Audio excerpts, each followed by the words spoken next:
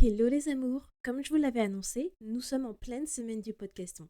Pendant 7 jours, donc du 25 au 31 mars, plus de 300 podcasteurs et podcasteuses francophones se mobilisent pour mettre en valeur une association de leur choix. C'est une très belle action et belle mobilisation et je suis ravie que Feel Positive y participe encore une fois. Aujourd'hui, j'ai le plaisir de mettre en valeur l'association Un Petit Bagage d'Amour et d'avoir pour invitée la présidente de l'association, Samra Sédic. Un Petit Bagage d'Amour a été créé en 2016 par Samra et vient en aide aux mamans, futures mamans et bébés en situation de précarité. L'association a été créée à l'issue d'une situation lorsque Samra s'est rendue compte en tant que sage-femme de la terrible précarité d'une femme qu'elle s'occupait à la maternité. De suite, Samra a compris du besoin de la précarité des femmes et de les soutenir. Un petit bagage d'amour compte aujourd'hui 15 antennes situées partout en France, 9 membres du bureau issus de milieux de la petite enfance, 50 bénévoles et un réseau de solidarité très étendu. Plus de 8000 enfants ont déjà eu un petit bagage d'amour et plus de 200 bagages ont déjà été distribués par mois. Aujourd'hui, on va donc découvrir cette belle association menée par Samra. Alors c'est parti, jingle!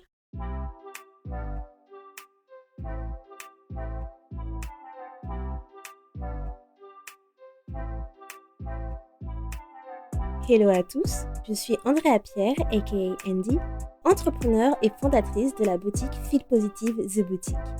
Aujourd'hui, je ne vous emmène pas shopper en ligne, mais je vous guide vers le chemin de la positivité pour une vie meilleure et une meilleure humeur avec The Feel Positive Podcast.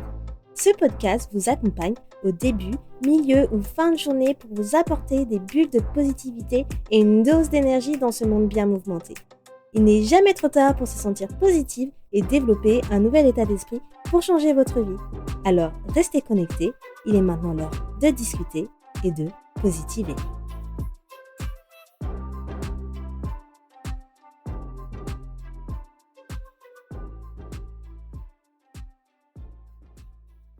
Bonjour Samra, comment vous allez? Bonjour Andy, je vais très bien. J'espère que vous aussi. Je vais très bien, merci beaucoup. Samra, merci beaucoup d'avoir accepté mon invitation pour assister à cette nouvelle édition du podcaston. J'adore le concept de votre association et ça me fait vraiment plaisir de la faire découvrir à mes auditrices, surtout qu'il y a pas mal d'auditrices mamans donc dans mon audience. Donc du coup, on va commencer, Samra. Alors, est-ce que vous pouvez me parler donc de l'association? Donc votre association, elle vient en aide aux mamans, aux futures mamans et aux bébés en situation de précarité. Est-ce que vous pouvez nous dire comment est venue cette idée d'association? Quelle est son histoire? Alors, du coup, tout commence en 2016. Je suis enceinte de mon deuxième bébé. Je travaille dans un hôpital, je suis sage-femme. Et travaillant dans un hôpital, prenant en charge des femmes présentant des troubles de la relation avec le bébé, des troubles médico-psychosociaux. Et donc, dans cet hôpital, il y avait beaucoup de femmes en grande précarité, qui parfois étaient à la rue la semaine avant leur hospitalisation dans notre hôpital, beaucoup de réfugiés. Et donc, un jour, je m'occupe d'une femme enceinte de jumelles, donc qui dormait dans une cafétéria la semaine d'avant. Et je lui demande de préparer ses affaires parce que c'était le temps pour elle d'aller accoucher. Et du coup, elle me dit qu'elle n'a pas d'affaires. Donc, elle me tend un sac plastique avec un petit peigne dedans, une brosse à dents. Et je lui demande, donc, vous n'avez pas d'affaires pour les petites? Parce que c'était des petites jumelles qu'elle attendait. Elle me dit, bah non, j'étais à la rue la semaine d'avant, j'ai absolument aucun moyen de m'acheter des affaires pour les bébés. J'ai rien. Donc, du coup, moi, j'étais enceinte, hein, j'étais complètement bouleversée à ce moment-là. Et bah, le jour même, en fait, je me suis dit, il faudrait une assoce vraiment qui cible ces situations-là, qui cible les femmes enceintes, les bébés, parce qu'à ma connaissance, il n'y en avait pas.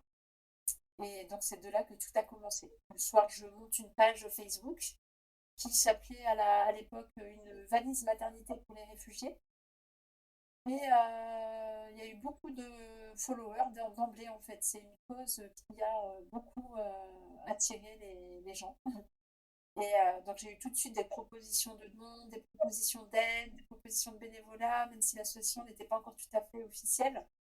Et puis un moment aussi où il y avait beaucoup de réfugiés qui venaient d'arriver sur Paris à La Chapelle. et qui dormaient donc à la chapelle, dans des tentes, parfois même le sol. Il y avait parmi ces réfugiés-là des femmes enceintes. Et donc, voilà, tout est venu en même temps, en fait. Énormément de besoins. Et voilà, après, ça a coulé de source, effet boule de neige. Ça a pris racine et ça continue aujourd'hui. Mmh.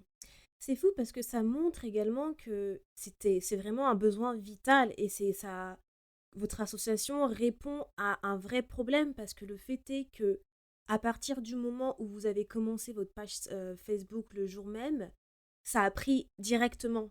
Donc il y a vraiment un besoin là-dessus et que ça montre qu'il y a de réelles femmes en situation de précarité qui ont besoin d'aide. Donc c'est affolant aussi à la fois, je trouve, parce que j'ai vu un de vos posts aussi sur Instagram que vous avez posté qui dit que il y a 2822 enfants qui sont à la rue en France, dont presque 700 qui sont âgés de moins de 3 ans.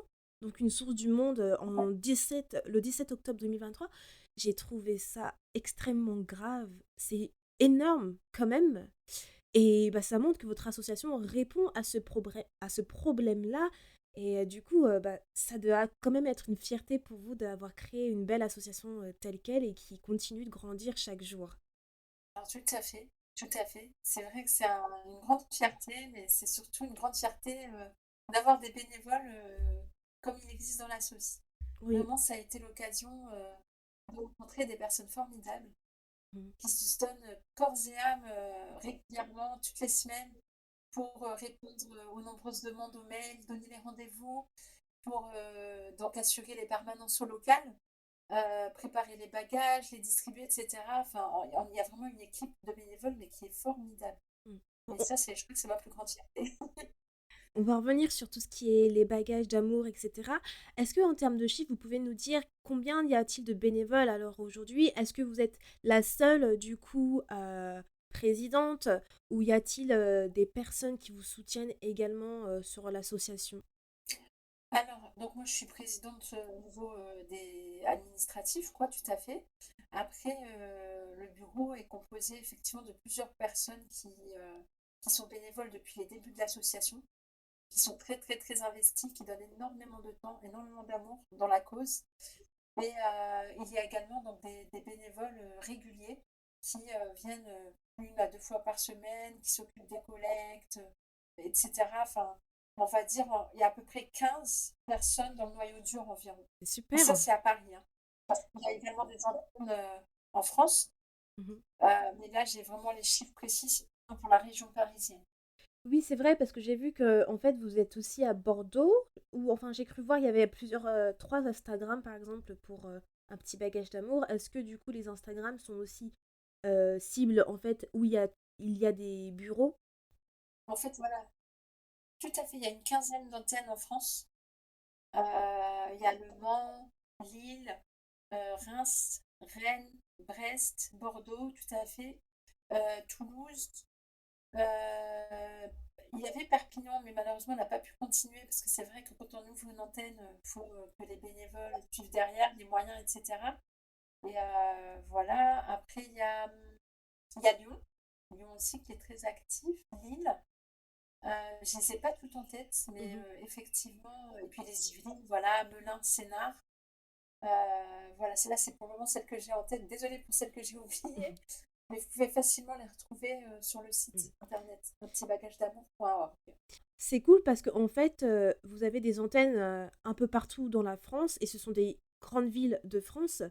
Et du coup, ça permet vraiment de toucher beaucoup plus de personnes et de pouvoir mettre en avant votre cause un peu plus partout, en fait, directement. Aujourd'hui, est-ce que vous pouvez me dire, Samara, quels sont les objectifs de votre association? J'imagine que au fur et à mesure, ça fait depuis 2016 que vous l'avez créée, les objectifs ont-ils changé ou est-ce que vous avez des objectifs qui sont toujours les mêmes? Alors, concernant les objectifs, effectivement, depuis les débuts de l'association, ils ont un petit peu évolué, sachant qu'au début, on s'occupait vraiment que du matériel, de fournir le matériel aux femmes enceintes dans la grande précarité, qu'elles puissent accoucher dans la dignité et accueillir leur bébé dans de bonnes conditions. Et en fait, plus on avance, là, vous parliez tout à l'heure des enfants à la rue. En fait, ben, ça nous arrive également de faire du logement d'urgence, de leur payer des nuits d'hôtel Mm. quand dans l'urgence. Et c'est vrai que dans les objectifs, je pense que le logement d'urgence pour ces femmes bébés dans la grande précarité, ça pourrait être à long terme ouais, un objectif, spécifiquement pour ces mamans bébés, avec Mm. bébés en bas âge. Mhm. C'est vrai que le 115 est saturé. Le 115 est saturé. Jadis, il y avait des personnes prioritaires pour ne pas dormir à la rue. Maintenant, bah, on se rend compte que plus on avance et plus les personnes prioritaires ne sont plus des personnes prioritaires, Mm. notamment les nouveau-nés de 7 jours, etc.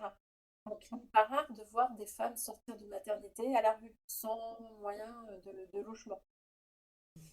Et ça, c'est intolérable, c'est inadmissible, on ne peut pas accepter ça. On ne peut pas accepter ça.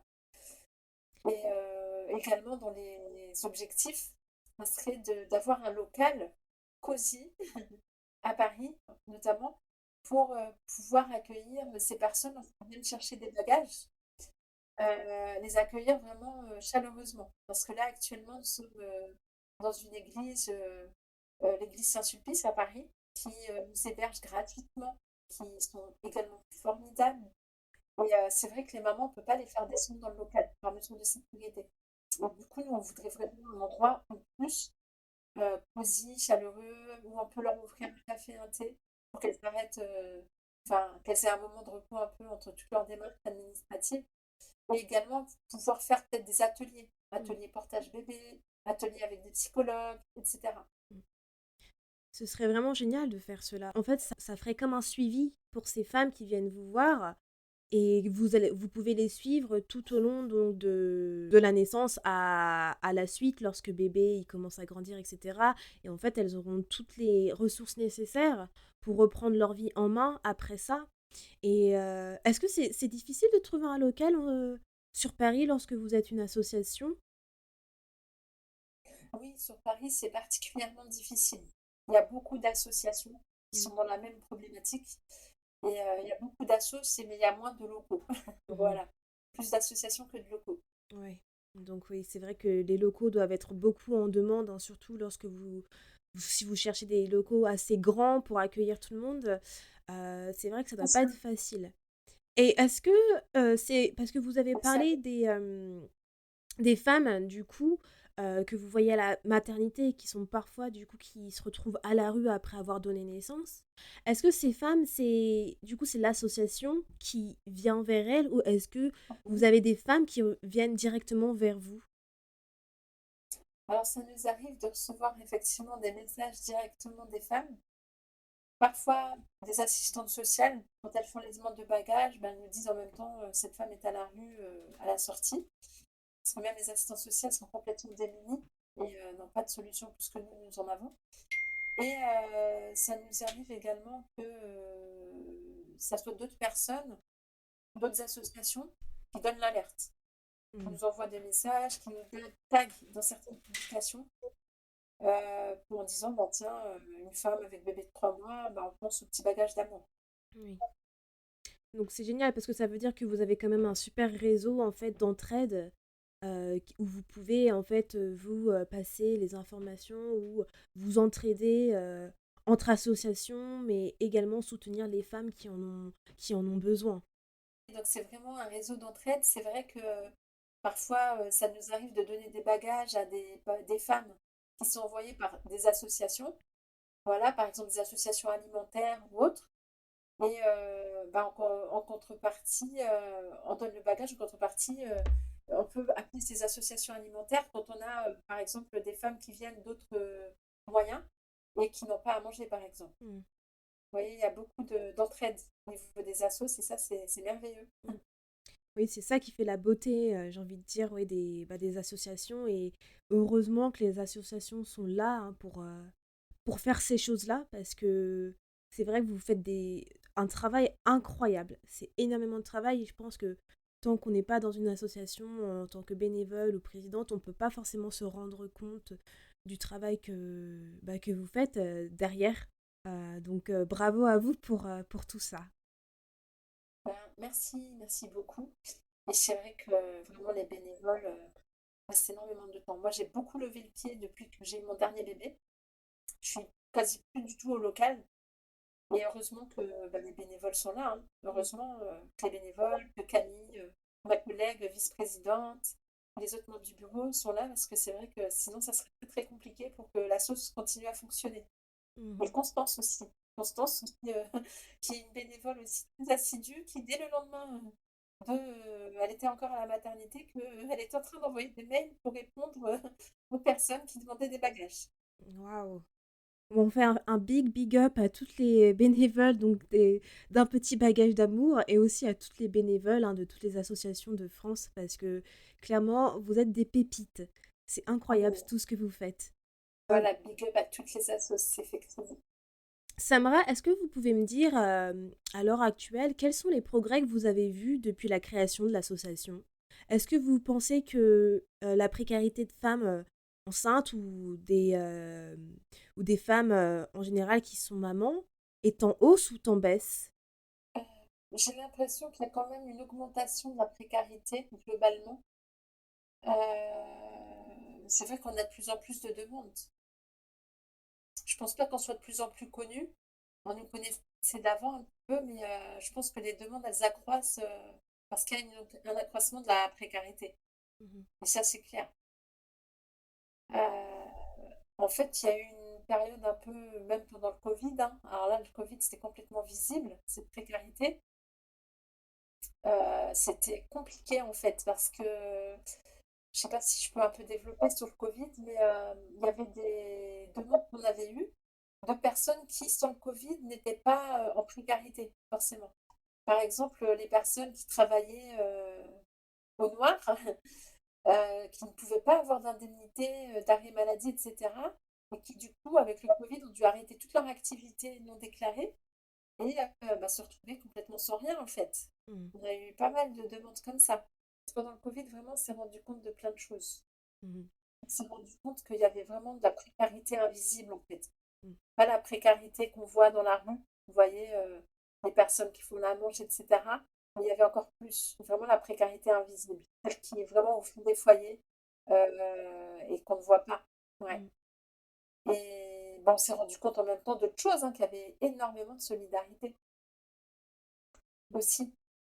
Parce qu'on a eu des propositions, par exemple, de Parisiens qui allaient se confiner dans le sud ou en province et qui nous proposaient bah, leur logement pour les femmes qui étaient à la rue avec leur bébé.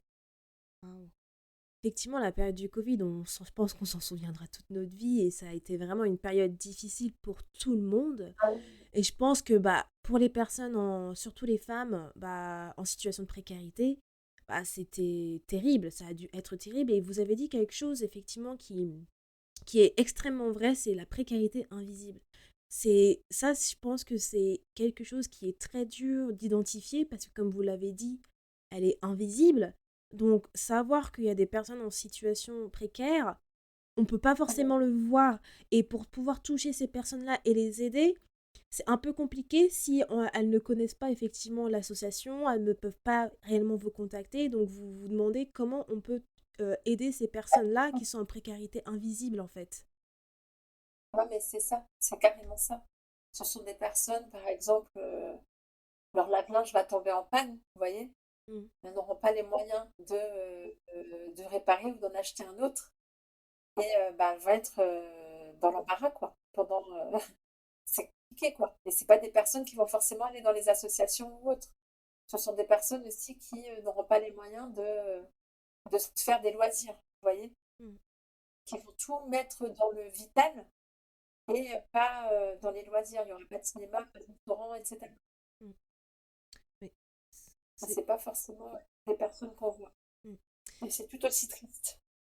Ah, c'est clair, c'est vraiment pas des situations simples et ça fait mal au cœur de voir ça et je pense que c'est pour ça l'association, c'est une très très belle cause. Surtout en tant que femme, nous, enfin, on est très empathique et on sait très bien que c'est un type de situation qui peut arriver à tout le monde, d'être en situation de précarité. On sait jamais ce qui peut arriver du jour au lendemain. On peut se trouver à la rue du jour au lendemain et je pense que la plupart des femmes qui se retrouvent dans cette situation ils ont vécu certaines choses comme ça. Elles étaient peut-être aussi dans des situations correctes et d'un jour à l'autre, elles se sont retrouvées à la rue et sans rien, avec leurs enfants. Et ça, ça fait vraiment mal au cœur. Ah oui, non, ça fait très mal. Non, non, c'est clair. Mm.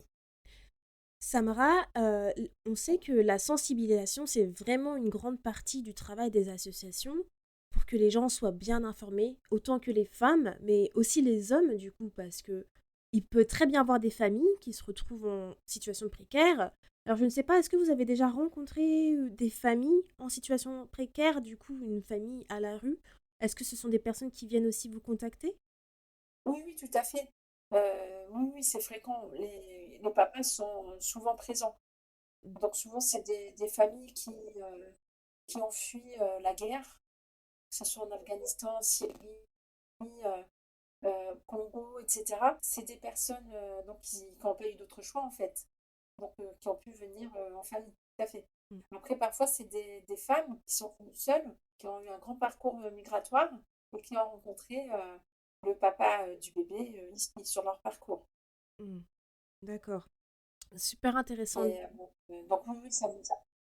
Mais c'est compliqué parfois pour ces personnes. Comment dire, au niveau notamment pour les loger, en fait. Le 115, souvent, il n'a pas assez de place. Enfin, c'est plus facile, on va dire, pour une mère seule avec les enfants d'être logée que pour le papa. Donc, ça nous est arrivé de voir des familles où le papa, il dormait dehors pour laisser sa femme avec les enfants au 115, vous voyez? Ouais. Mais c'est pas évident, et ça c'est encore plus dur à voir, je pense aussi, parce que au final en fait Ah je ouais. suis obligée Quand de tu- laisser ma femme et mes enfants et moi dormir à la rue pour pouvoir en fait faire en sorte qu'ils sont dans un confort. ça. Exactement. Après, je parle pas des papas aussi qui font des qui font des nuits très courtes, hein, qui se lèvent à 3 4 heures du matin pour aller travailler à l'autre bout parce que c'est le seul travail qu'ils ont pu trouver, quand ils trouvent un travail, hein, et qui rentrent à des horaires pas possibles. Mm, oui. Enfin, ils ont beaucoup d'épreuves. Mm, Les familles ont souvent beaucoup d'épreuves. L'épreuve de l'école aussi, je pense à l'école. C'est des familles qui, avec le 115, quand elles ont une place au 115, sont ballottées d'hôtel en hôtel, parfois de département en département, hein. Ça peut être du 78 et le lendemain on se trouve dans le 77, et puis on se retrouve dans le 93 la semaine d'après. Donc vous imaginez que pour l'école, c'est très compliqué. mm. Bah oui. Quand les enfants du coup sont inscrits dans une école, ben, les familles font en sorte que l'enfant ne perde pas ses repères et donc veulent rester dans la même école. Donc s'ils sont dans un hôtel à l'autre bout, ben, parfois ce sont des enfants qui vont se réveiller à 4 heures du matin pour pouvoir prendre des transports et arriver à l'école à l'heure. Et Ouais. le soir, rentrer très très tard. Et ça, on a des situations comme ça. Et c'est Waouh. très compliqué, c'est très triste à voir. Les enfants qui sont crevés, qui arrivent à l'école, qui dorment à l'école, qui, pour leurs devoirs, alors c'est compliqué, comment voulez-vous que l'enfant fasse ses devoirs s'il rentre à 22 heures à la maison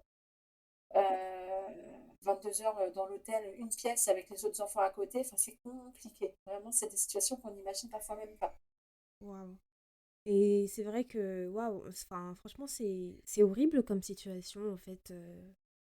Ce que vous venez de dire, ça doit être vraiment pas facile pour un enfant, parce que déjà, un enfant, c'est un enfant. Rien que le trajet de l'école, donc des transports, c'est fatigant en fait. Et puis, au final, lorsqu'il arrive à l'école, il n'a pas forcément peut-être de plaisir à profiter, en fait, à jouir donc comment dire, des avantages d'être un enfant parce qu'il aurait fait tout ce trajet, il aurait, voilà, et comme vous dites, il arrive à 22 heures, il se lève à 4 heures du matin, comme un adulte en fait, comme une vie d'adulte, alors que c'est pas censé ce qu'il est censé faire à son jeune âge, quoi. C'est vraiment triste comme situation. Ah oui, c'est triste. Et puis l'histoire de la cantine aussi. Du coup, ce sont des enfants, ils sont obligés d'être à la cantine. Mais parfois, les cantines, c'est pas possible. Ils ont pas.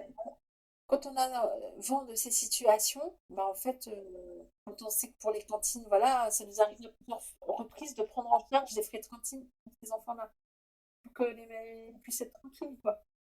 Enfin, c'est vraiment pas facile. Les pauvres, franchement, voir ce genre de situation, ça donne encore plus l'envie d'aider parce que enfin, les enfants, on a juste une envie, c'est qu'ils profitent de leur jeunesse, tout simplement, et qu'ils soient un enfant et d'aider ces personnes qui en ont besoin. Oui, tout à fait. Qu'il reste des enfants, en fait, qui profitent de leur insouciance, de leur innocence, qui grandissent comme tous les autres enfants. Oui. Mais vraiment, on a des bénévoles dans l'association, enfin, Camille, par exemple, qui parfois se démène avec les mairies. Elle passe beaucoup de temps à appeler de mairie en mairie pour régler des histoires d'école, des inscriptions, des histoires de cantine, etc. Vraiment, elle est exceptionnelle. Donc un gros bisou à Camille si vous nous écoutez. Vous faites un excellent job. Alors je vais juste revenir sur l'importance de la sensibilisation, parce que j'ai dévié la question, mais je voulais savoir quelle est l'importance de la sensibilisation pour votre association, du coup un petit bagage d'amour, parce qu'on sait très bien que la sensibilisation pour les associations, c'est une grande partie du travail et c'est extrêmement important pour bien informer les gens, que ce soit les femmes et les hommes. Est-ce que vous pouvez nous dire quelle importance que ça prend, vous, pour votre association? Alors en fait, on n'a pas beaucoup de... On n'y réfléchit pas trop à ça, parce qu'on a l'impression que les gens, ils sont d'emblée sensibilisés. On a beaucoup de messages spontanés de personnes qui viennent nous demander si on a besoin d'affaires. En fait, c'est souvent les gens qui ont des affaires à donner, qui viennent vers nous. Vous voyez? Comme les bébés grandissent très vite, que souvent on ne sait pas trop quoi faire des affaires de bébés, qui sont souvent en très bon état, parce que comme ils grandissent vite, ils les mettent pas longtemps. En fait, quand ils cherchent, ils nous trouvent. Après, ça nous est arrivé aussi, hein, bien sûr, en passant dans certains médias, de nous faire connaître et de parler de la cause. On consacre beaucoup de temps à sensibiliser pour la cause parce que vraiment, j'ai l'impression que les gens sont déjà très, très sensibilisés, très au courant de ce qui se passe. Mais c'est extraordinaire, du coup, parce que, comme vous avez dit, ça veut dire que les gens, ils viennent directement à vous. Donc, au final, vous n'avez pas réellement besoin de grosse publicité parce que, en fait, on vous trouve, les personnes sont sensibilisées d'emblée. Et c'est ça qui est beau. Parce que c'est vrai que, comme vous dites, moi, lorsque j'ai trouvé l'association, je me suis dit, mais c'est juste génial parce qu'effectivement, les femmes, la plupart des femmes, ils ont eu des enfants. Et je connais encore à l'heure actuelle des mamans qui ont des enfants donc de 8 9 ans, mais qui ne savent toujours pas quoi faire de leurs enfants, enfin des vêtements qu'ils avaient précédemment. Ils les ont toujours pas donnés ou quoi que ce soit parce qu'ils ne savent pas quoi en faire. Donc il y a toujours, pour les mamans, au contraire, j'imagine que c'est génial de pouvoir donner des jouets, des produits bébés, Oui, des vêtements à une association comme la vôtre. Et ça répond en fait très facilement à votre besoin en fait. exactement, c'est ça. C'est vraiment, on fait même fonctionner l'écologie, vous voyez? Parce qu'ils pensent plus et puis vraiment, c'est vraiment pour la très très bonne cause. Quand ils donnent leurs affaires pour pas les jeter, c'est très très bien utilisé. Et on a aussi une marraine qui nous aide beaucoup, Sidonie Bonnec. Dès que on a besoin, par exemple, de faire un appel aux dons parce qu'il manque du 0,3 mois, par exemple, vu que le 0,3 mois, ça part très vite, on en distribue à peu près 250 par mois. Donc, c'est 250 fois 6 body, 250 fois, fois 6, comment dire, 6 pyjamas, etc. Enfin, du coup, c'est des besoins vraiment qu'on a régulièrement, pour 3 mois, les portes-bébés, etc. Bah, on contacte en fait notre marraine qui nous fait un peu de pub sur les réseaux, etc. Mm. Oui. C'est vrai que les réseaux sociaux et le rôle de la marraine, en fait, ça va être vraiment de faire de la pub en cas de besoin, de pouvoir, en fait, de combler les besoins que vous avez en termes de produits, etc., pour pouvoir amener plus de dons ou de collectes. C'est ça. C'est vrai que oui, les réseaux sociaux, c'est devenu maintenant la meilleure vitrine pour faire de la publicité et des recherches, quoi, Mhm. pour faire de la sensibilisation. Mm. Ouais. Ouais, tout à fait. Puis les gens qui donnent, ils aiment qu'on fasse des retours sur ce que deviennent leurs dons, en fait. Donc, quand ils voient que c'est très bien utilisé, parfois ça nous arrive de faire des publications quand on, voilà, de montrer des petits bébés qui viennent de recevoir les dons, etc. Et souvent, bah, quand on fait ces publications-là, elles sont beaucoup, beaucoup vues. Il y a beaucoup d'algorithmes dessus. Et du coup, bah, souvent, ça entraîne beaucoup d'autres personnes qui viennent vers nous pour des dons. Enfin, Mm. c'est tout un système. Oui, au final, ça fait comme vous avez dit, l'effet boule de neige, hein, parce que déjà, effectivement, lorsque vous donnez bah, C'est ça. une collecte de vêtements, enfin des vêtements, etc., les personnes qui demandent des retours, ils sont contents de voir que leurs biens ont été utilisés à un bon escient, en fait, et ça a pu aider une famille ou des femmes en situation précaire. C'est ça. C'est ça complètement, parce que ça donne un sens, en fait, à leur don. Ça donne un sens. Et puis, ce sont des personnes qui reviennent quand le bébé grandit, hein, pour nous donner les affaires de bébé plus grand. Mhm. Oh, c'est génial, ça fait comme une grande famille, Tout en comme fait. d'ailleurs, quand on fait des dons. Non, mais c'est carrément ça. Et parfois, ce sont des personnes qui vont aussi faire des collectes de leur côté, quand les enfants sont en crèche, etc.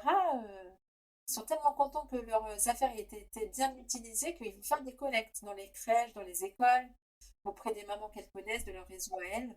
Enfin, vraiment, c'est une grande toile d'araignée, en fait, au final, qui tisse et qui tisse du réseau partout. Et je sais plus ce que je voulais dire.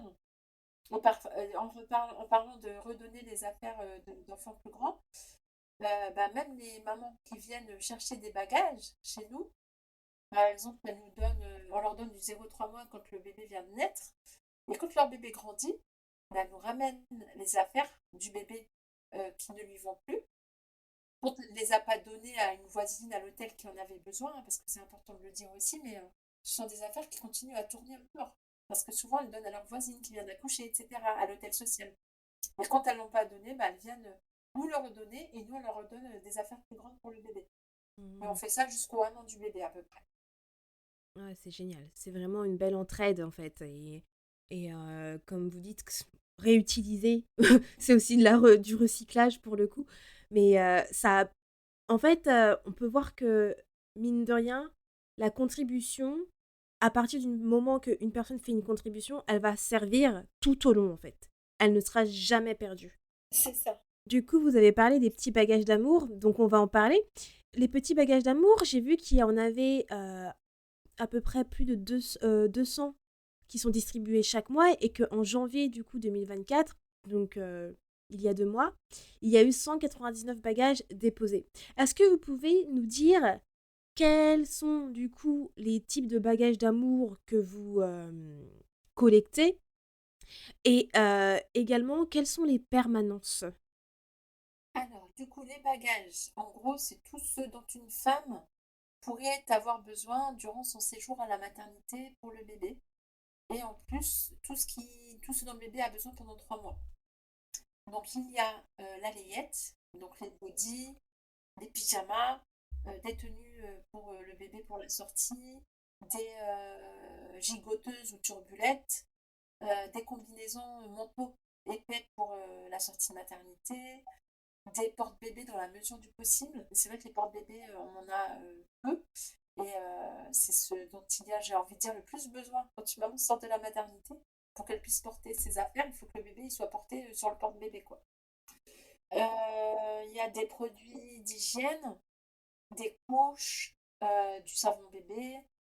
Qu'est-ce qu'on met d'autre? Les produits pour laver les fesses, hein, le liniment, souvent. Le coton, comment dire, les sérums physiologiques aussi. Je réfléchis. En gros, voilà. Bon, j'ai pas parlé des bonnets, des petites chaussettes, des bavoirs, etc. Voilà. Et puis on met en sorte qu'il y en ait pour 3 mois, quoi. Waouh.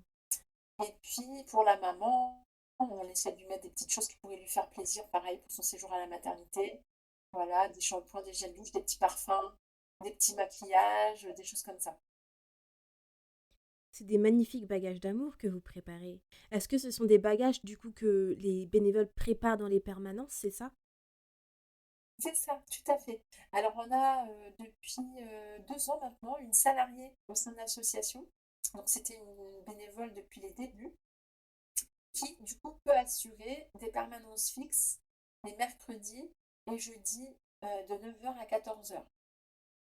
Donc là, pour le moment, et puis il y a des permanences en plus. Pour cela, il faut suivre ce qui se passe sur la page. On essaye de mettre à jour les permanences semaine par semaine. En fonction des disponibilités des bénévoles, peut y avoir des permes en plus la semaine ou le week-end. Et du coup, les bénévoles préparent les bagages durant ces permanences-là.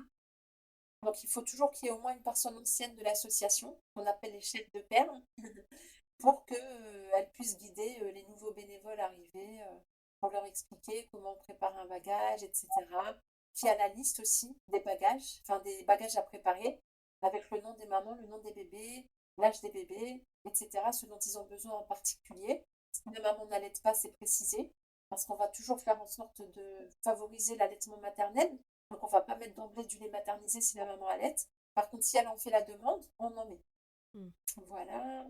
Est-ce que les permanences sont simplement que pour les bénévoles ou tout le monde peut y assister? Enfin, je veux dire, les personnes qui adhèrent à la cause et qui souhaitent aider, est-ce qu'elles peuvent faire des permanences ou c'est vraiment strictement réservé aux bénévoles? Oui, oui, bien sûr. Oui, oui, bien sûr. Tout le monde peut être bénévole. Tout le monde peut venir, que ça soit une fois par semaine, une fois par mois, une fois dans l'année. Voilà, toute personne qui a du temps libre, qui veut venir aider, est la bienvenue. D'accord? Ce qui Mm. compte, c'est que il y ait une permanence, en fait, qu'il y ait une Mm. personne ancienne qui connaisse le fonctionnement du local. Et donc, pour les dates, comme je vous disais, c'est précisé sur nos réseaux en général. Mm. Parfois, ce qui se passe aussi, c'est que les entreprises nous envoient leurs salariés. Durant leur temps de travail, on peut organiser avec des entreprises des journées où ils nous envoient 10-15 salariés environ pour faire une journée préparation, tri des dons, etc. Et souvent, d'ailleurs, ces entreprises-là n'arrivent jamais les mains vides. Elles arrivent toujours avec des collectes qu'elles ont faites au sein de l'entreprise. Oui, est-ce que c'est comme des maraudes, c'est ça, non? En fait, les maraudes, c'est quand on va faire de la distribution directement au sein des hôtels et tout ça. Mais là, non. Les entreprises, vraiment, elles viennent au sein du local. Ah, Elles restent locales, en fait, à nous aider durant leur temps de travail pour qu'on ait des bénévoles. Mais on ne fait pas de maraude. d'accord, ok. Ça arrivait Oui, quand, par exemple, la femme ne peut pas se déplacer. Imaginons, elle est très isolée. Elle a qu'une famille, personne. Elle vient d'accoucher, elle est à la maternité. Ben là, ça peut arriver qu'une bénévole dépose le bagage à la maternité directement. Mais c'est pas fréquent. ok, d'accord, je vois. Donc, au niveau des bénévoles, Samra, du coup, tout le monde peut être bénévole. Et par exemple, si moi je souhaite aider pendant une permanence, bon j'habite en Angleterre, mais c'est un exemple, je peux venir lors du permanence, comme vous avez dit, je crois le mardi et le jeudi, et aider.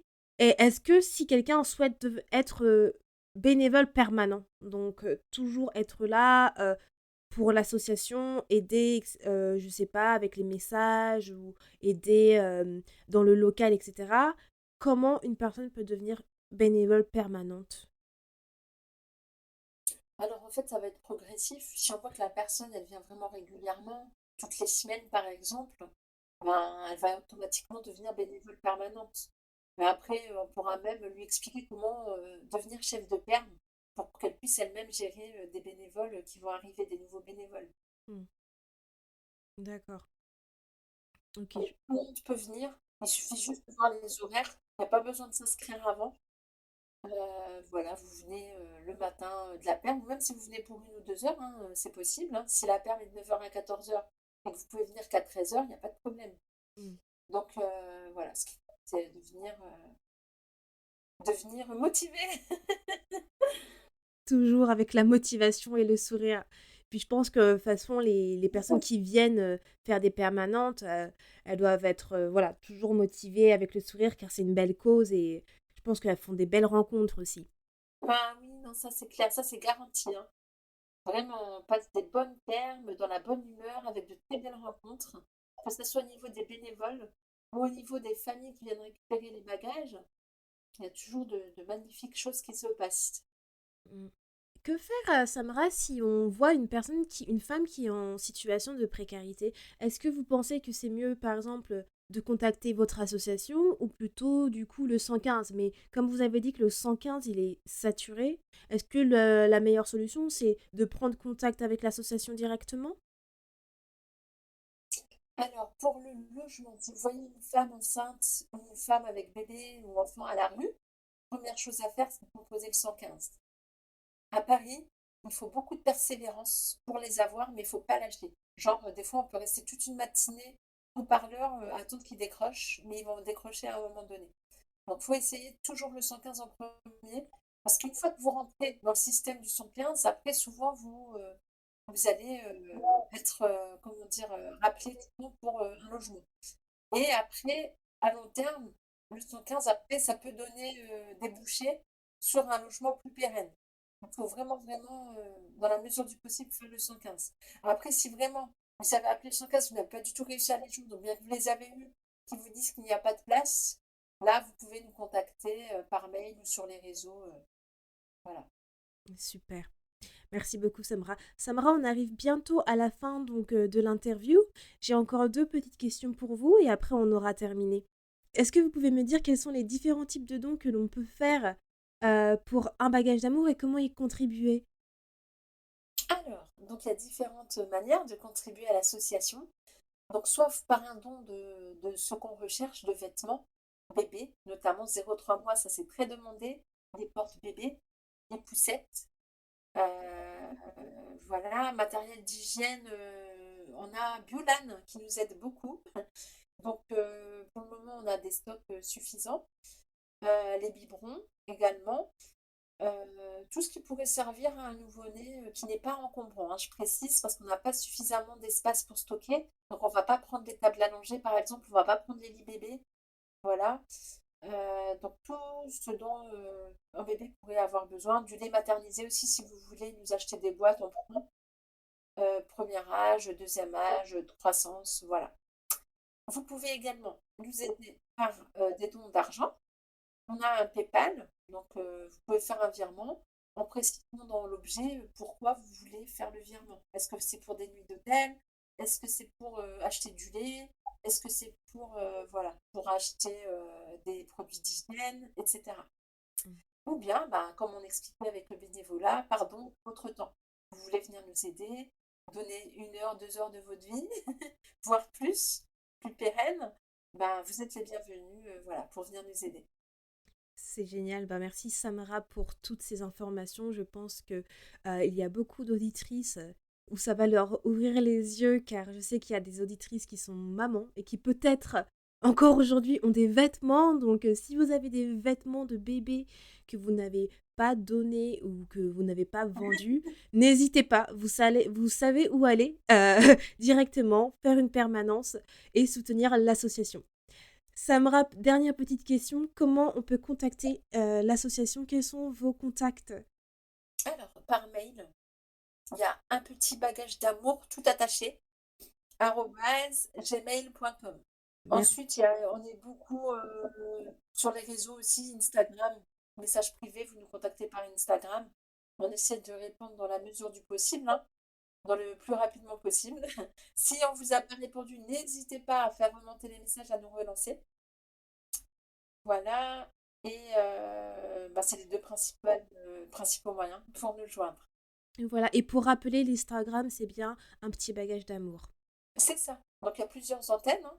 Donc en fonction de la ville où vous êtes, vous allez trouver la page en rapport. Et puis au pire, nous on transfère à la bonne antenne. Super, bah merci beaucoup Samra, ça m'a fait énormément plaisir de vous interroger pour le podcaston. Vous avez une très très belle association, vous soutenez une très belle cause, vous pouvez vraiment en être fier et je suis super contente d'avoir connu votre association parce que je ne connaissais pas.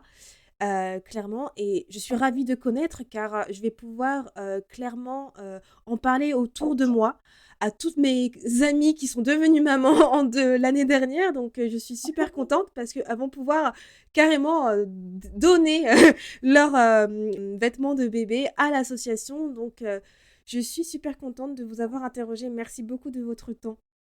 En tout cas, merci vraiment infiniment pour l'invitation, Andy. C'était très agréable. Et bravo pour vos podcasts hein, qui sont vraiment géniaux et très agréables à écouter. Je fais beaucoup de gouttes, donc,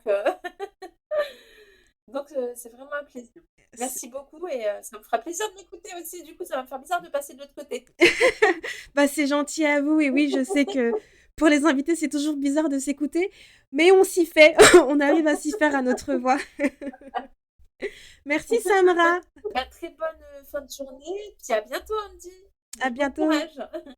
Voilà, c'est la fin de cet épisode spécial Podcaston. J'espère que cela vous a plu et que vous en avez appris plus sur cette association et que ça va vous encourager à la soutenir et à faire des dons de vêtements si vous êtes maman ou bien même si vous êtes ami d'une maman. N'hésitez pas à partager cet épisode et à participer aux permanences comme Samra vous l'a indiqué. Je vous invite à visiter le site www.podcaston.org pour découvrir toutes les autres associations à travers d'autres excellents podcasts. C'est aussi l'occasion, si vous en avez la possibilité et si vous le souhaitez, de faire un don pour l'association Un Petit Bagage d'Amour. Et comme je l'ai dit auparavant, vous pouvez faire un don de vêtements. Ce qui est le plus recherché sont des dons de vêtements de 0 à 3 mois. Donc n'hésitez pas à déposer des vêtements lors des permanences. Merci beaucoup de votre fidélité à mon podcast. On se retrouve la semaine prochaine pour un prochain épisode. Ciao! Merci beaucoup de ton écoute et d'être resté avec moi jusqu'au bout. Si à la fin de cet épisode tu sens ton humeur changer et tu te sens un peu plus boosté, n'hésite pas à me laisser un avis ou une note sur ta plateforme d'écoute préférée. Ça me fera toujours plaisir et j'apprécierai de les lire dans le prochain épisode. À bientôt, positivement, Andy.